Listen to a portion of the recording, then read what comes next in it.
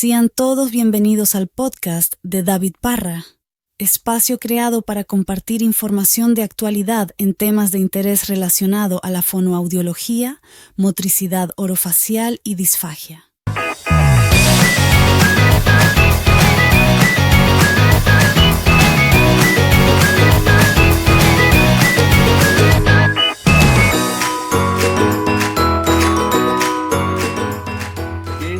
Debe considerar el odontólogo en la valoración, ¿no?, del paciente con disfagia, ¿no? Aquí es muy importante observar esto, ¿no?, ya que un examen dentario muchas veces es considerado de una manera completa, ¿no?, cuando permite identificar todos los factores capaces de causar o contribuir para a un deterioro común, ¿no?, de la salud física o de la función oral en particular, ¿no? Es incompleto y no proporciona una información si no se hace esto, ¿no?, para desarrollar prácticamente un plano completo de tratamiento, ¿no?, que involucra el mantenimiento de los dientes y sobre todo las estructuras de soporte como son las encías, ¿no? Entonces, una vez que no existe, por ejemplo, un medio eficaz para alcanzar un buen nivel de salud oral, ¿no?, existe una inarmonía, ¿no?, de todas las partes del sistema masticatorio, y esto obviamente se debe evaluar como un sistema todo. Entonces, no solamente observamos el patrón de masticación, tenemos que ver qué produce la masticación, principalmente los dientes. Entonces, si tenemos una alteración evidente aquí, vamos a encontrar ciertas limitaciones, ¿no? Obviamente lo que afecta a una parte de este sistema definitivamente va a terminar afectando, ¿no?, en algún modo o de manera directa o indirectamente todas las funciones orofaciales, en particular la masticación, ¿sí? Las alteraciones también en la forma y función de los dientes, no solamente ellos, músculos, articulaciones, huesos y hasta ligamentos, están muy íntimamente relacionados, ¿no?, y deben ser muchas veces entendidas antes, ¿no?, que cualquier parte del sistema puede ser analizado propiamente o tratado a través de un pronóstico específico, ¿no? Entonces, el deterioro, ¿no?, o el mala función de cualquier parte debería ser observada, vista, ¿no?, como un efecto, ¿no?, que es el resultado directo o muchas veces indirecto, como habíamos mencionado, de una o más causas. Estas causas pueden o no ser identificadas o determinadas. Es aquí donde el profesional, ¿no?, envuelto, ¿no?, dentro de este factor del paciente debe ser primordialmente un examinador cuidadoso, ¿no?, observando prácticamente todo el efecto complicado que puede estar sucediendo, ¿no?, a través de signos o síntomas, y consecuentemente procurar posibles causas, ¿no?, para el evento que está observando. Entonces, pueden existir tantas causas como efectos, ¿no?, en los cuales tienen que estar analizados cuidadosamente y dicho sea de paso que tienen que estar relacionados con los objetivos específicos, ¿no?, y del tratamiento odontológico para posteriormente o a la par trabajar con el tratamiento fonoaudiológico. Entonces, según varios autores coinciden, ¿no?, de que un proceso de odontología integral tiene 4 objetivos muy relevantes. 1, una salud oral óptima. 2, una armonía anatómica. 3, una armonía funcional. Y fundamentalmente una estabilidad en el proceso de oclusión. Entonces, si nos podemos observar y pensar un poquito, ¿no?, de que cada uno de estos objetivos es alcanzado, ¿no?, en función a cómo va a ir el tratamiento, ¿no?, y sobre todo guiando al sistema estomatognático, ¿no?, como prácticamente un factor muy importante de estabilización. Entonces, al haber una armonía, ¿no?, de forma y función, prácticamente estamos estableciendo relaciones más estables y obviamente el tratamiento puede ser considerado integral. Entonces, además de estos requisitos estéticos, odontológicos, ¿no?, también son prácticamente muy atendidos, ¿no? Tal vez así que la apariencia satisfactoria, por ejemplo una sonrisa frecuentemente, ¿no? Depende también de la armonía necesaria para el equilibrio fisiológico funcional, ¿no? Entonces esto también nos permite estar en consideración muy importante, ¿no? De ver esta salud óptima, ¿no? Que puede estar produciendo algunas afectaciones tanto en la parte emocional, ¿no? Como en la parte psíquica del paciente, sintiéndose no tan adecuado o no tan digamos acorde, ¿no? Cómodo con la salud bucal o la alteración de algunas piezas dentarias o maloclusiones, ¿eh? Entonces, ahí donde viene también una segunda acotación, ¿no? ¿Cuál es la importancia de la salud bucal en el proceso de deglución? Si nos ponemos a analizar cada vez que vamos, ¿no? al odontólogo, ¿no? a que nos hagan o vimos que hacen restauraciones dentarias, ¿no? La salud bucal están directamente relacionadas, ¿no? Tanto restauraciones o prótesis defectuosas, por ejemplo, son causas comunes de problemas de la boca. Entonces, estos procedimientos dentarios que muchas veces en un paciente con alteración neurológica resulta ser inadecuados, no pueden lesionar los tejidos periodontales, llevando consecuentemente a un problema específico en el proceso de la deglución, ¿no? Por ejemplo, existen materiales restauradores, ¿no? Que por sí solos no son perjudiciales a los tejidos periodontales, ¿no? Pero los acrílicos, ¿no? Autopolimerizantes, por ejemplo, son una excepción, ¿no? Y en este caso tienen una regla muy importante, ¿no? Que tratan de disminuir en lo posible, ¿no? El grado de hipersensibilidad. Entonces estos materiales restauradores, ¿no?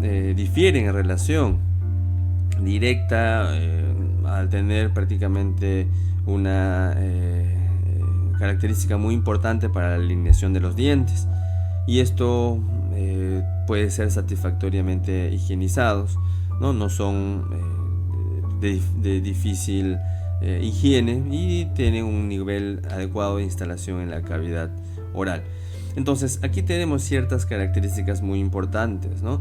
Tal es así que, por ejemplo, si tuviéramos un cuadro de inflamación de gingivitis, ¿no? O de las encías como tal, ¿no? Que implicará directamente, obviamente, los movimientos de la masticación. En caso exista una inflamación, ¿no? Por un acúmulo de placa o desadaptación, ¿no? De la estructura dentaria, el paciente va a procurar a una posición más confortable durante el proceso de masticación, obviamente tratando de buscar la manera de no herirse, ¿no? O no lastimarse, y es casi siempre esto va a provocar un disparo acelerado en un sistema de compensación, ¿no? Que pueda deglutir. Consecuentemente no está masticando el paciente, está tragando. Entonces esto es muy importante, ¿no? Que se observe desde el punto de vista odontológico. Entonces varias investigaciones ya han demostrado, ¿no? Que después de la inserción de prótesis parciales, ¿no? Existe un incremento en la movilidad de los dientes de soporte, inflamando las encías, ¿no? Y obviamente produciendo una formación de bolsas periodontales, ¿no? También menciona ciertos artículos, ¿no? De que existen, por ejemplo, principales causas de estos eventos que muchas veces residen en una mala higiene por parte del paciente, ¿no? Y una confección de prótesis mal adaptadas que acaban ejerciendo ciertas fuerzas sobre elementos dentarios que, en vez de mostrarse de manera pasiva, no lo hacen de una manera activa durante el proceso de masticación. Es ahí donde nuestro colega, el odontólogo, no debe hacer un trabajo muy importante de educación y concientización del paciente, ¿no? Cuando es la necesidad adecuada de la higiene oral. Y esto no solamente atañe al odontólogo, ¿no? Todo el equipo multidisciplinario tenemos que estar manejando e interiorizando este tema de la higiene oral. Además de eso, debemos ser muy minuciosos en el examen, ¿no? De la instalación de esta prótesis, ¿no? De forma que sea de acuerdo, ¿no? Con la parte biomecánica que es indispensable para el proceso de rehabilitación de las funciones orales, en particular la masticación. Entonces el impacto de la alimentación, ¿no?, al momento de la masticación, que es el paso del alimento, ¿no?, entre los dientes durante esta función orofacial muy importante, ¿no? Aquí juega un papel muy importante las encías, ¿no?, que es un factor extremadamente sensible, ¿no?, que muchas veces al tener, por ejemplo, que masticar unas cosas muy consistentes puede causar incluso hasta dolor, ¿no?, o molestia.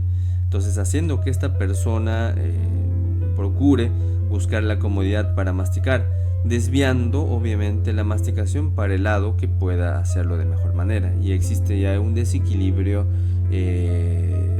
de la función masticatoria, que esto a la vez causa alteraciones en la masticación de uno u otro lado, no según la preferencia masticatoria del paciente.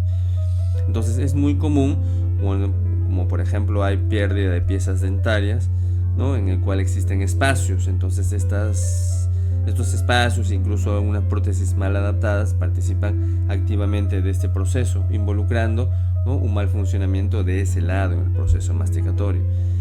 Entonces, cuando nos ponemos a analizar un poco, a pensar, ¿no?, por ejemplo, cuando tenemos ciertos grados de maloclusiones, por ejemplo, una mordida anterior, ¿no?, abierta, ¿no?, que es muy excesiva, es una causa muy importante de la falta del impacto del proceso de masticación aquí. Entonces va a existir un pasaje muy forzado del alimento hacia las encías y luego a las fases vestibulares de los dientes anteriores e inferiores, laterales, porque obviamente la parte anterior está haciendo deficiencia, ¿no? Entonces acá vamos a encontrar diferentes grados, ¿no?, de desarrollo periodontal. Entonces es aquí donde este proceso de impactación afecta directamente en la organización del alimento, en otras palabras, en el proceso de formar el bolo alimenticio, ¿no?, que es próximo a ser deglutido. Entonces esto también se relaciona a otros problemas que pueden afectar la deglución, ¿no? Por ejemplo, la traba del disco articular a nivel de la articulación temporomandibular. Esto ocurre obviamente cuando el cóndilo, ¿no?, se fija permanentemente hacia atrás del disco articular durante todo el proceso de traslación, ¿no?, como quien abre la boca y queda trabada allí. Entonces esto es una consecuencia, ¿no?, de ya algo más grave, ¿no?, como una dislocación del disco, ¿no?, una falta de fuerza en la inserción posterior. En este caso, ningún ruido articular es oído, ¿no? Sin embargo, los movimientos de apertura son limitados, dolorosos y desviados a una dirección, obviamente, del lado afectado, que esto es muy importante. Entonces, el disco articular queda permanentemente hacia adelante del cóndilo y puede mostrar alteraciones en la forma, ¿no?, y degeneración que puede ser parcialmente visible, ¿no?, en una placa radiográfica.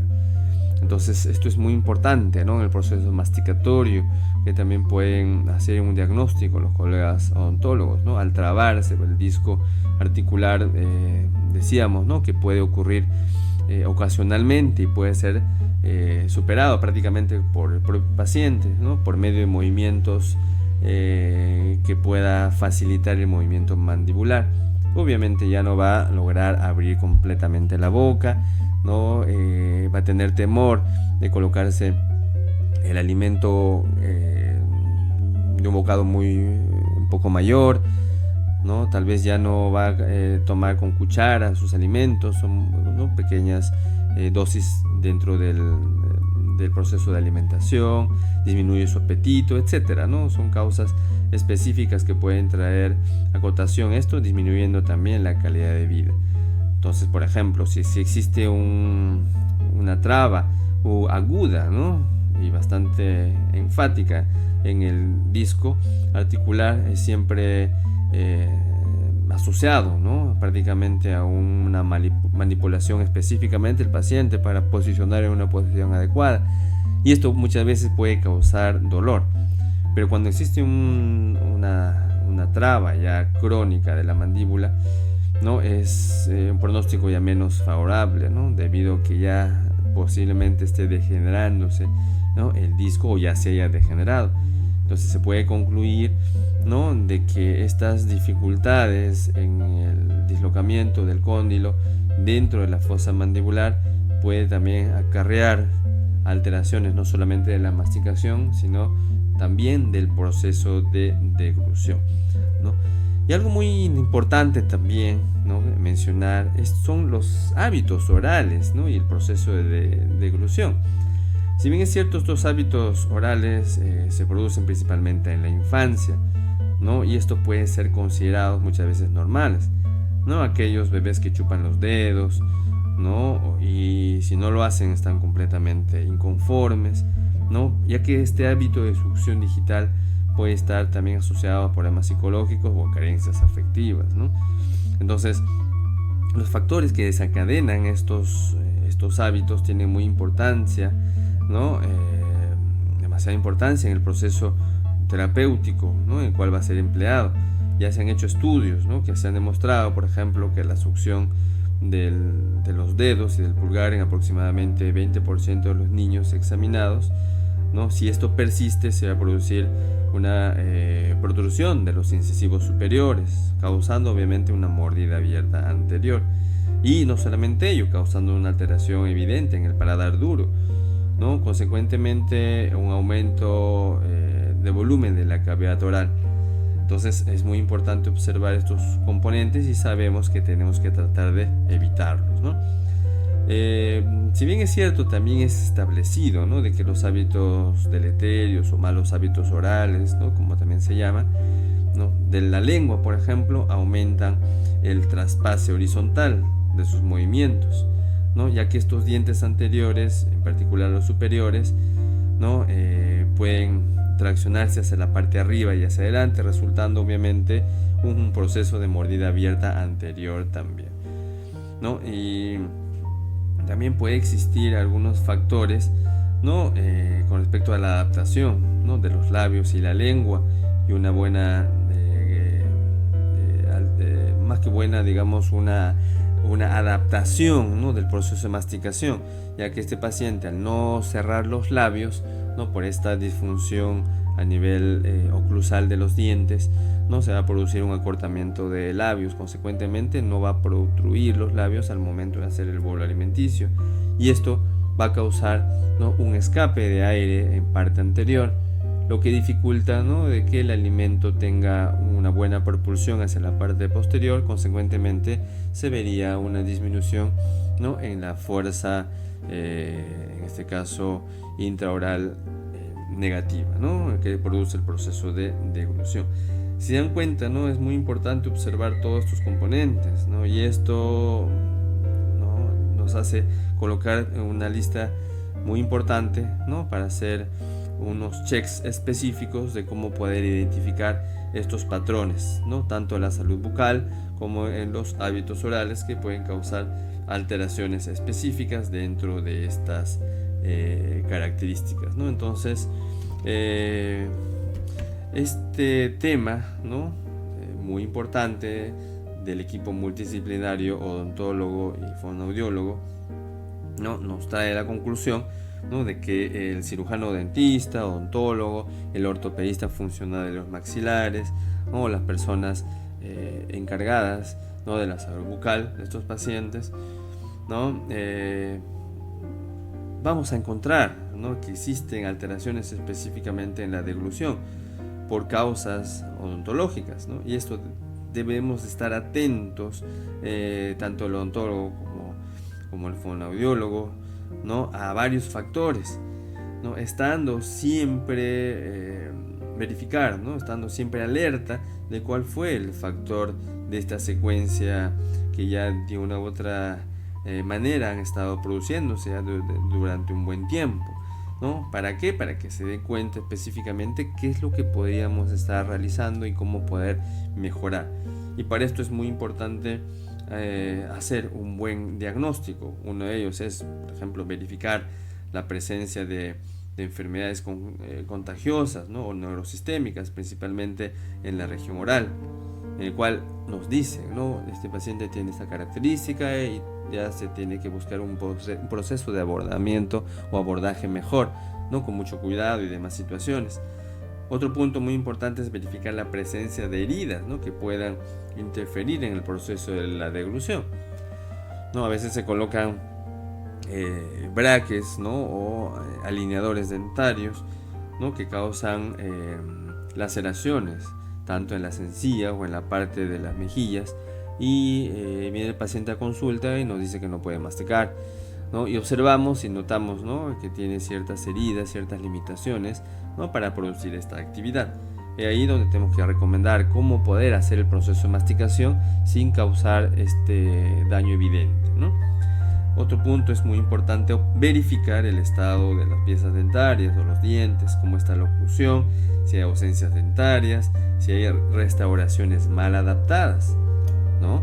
Esto principalmente se ve en pacientes adultos mayores, ¿no? Y que están en situaciones post accidentes cerebrovasculares, neurodegenerativas, en el cual el proceso de la encía tiende a reabsorberse. Consecuentemente, ¿no? Las piezas dentarias, en este caso las prótesis, ya no cumplen la función que corresponde. Se tiene que volver, ¿no? A medir, a adaptar nuevamente a estos nuevos patrones anatómicos.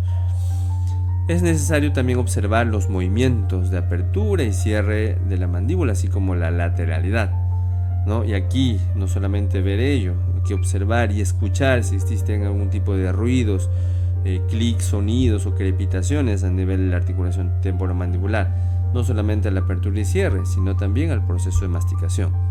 Aquí es muy importante también verificar la posición, la forma y sobre todo la presión que ejercen los labios, ¿no? Entonces es un tema muy importante que nos permite saber cómo está, ¿no? La fuerza en particular del orbicular de los labios, que dicho sea de paso favorecen al proceso de masticación y deglución, ¿no? Que son funciones orofaciales importantes, algo muy necesario también es observar la prótesis, ¿no? El cual es fija o móvil, ¿no? Puede ser total o parcial, ¿no? Y esto nos va a permitir también observar cómo es este proceso de masticación, ¿no? Porque nada sirve que el paciente tenga los dientes completamente establecidos, bien puestos, y observamos de que tiene una limitación el proceso de masticación, ya que la prótesis dental tal vez no está bien fijada, ¿no? Está rotada o tiene ciertas desadherencias que hace que limiten este proceso de masticación,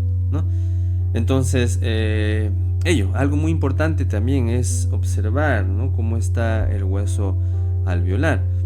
Y aquí es necesario observar porque la superficie de la encía, así como el soporte óseo, tienen que ser adecuados, ¿no?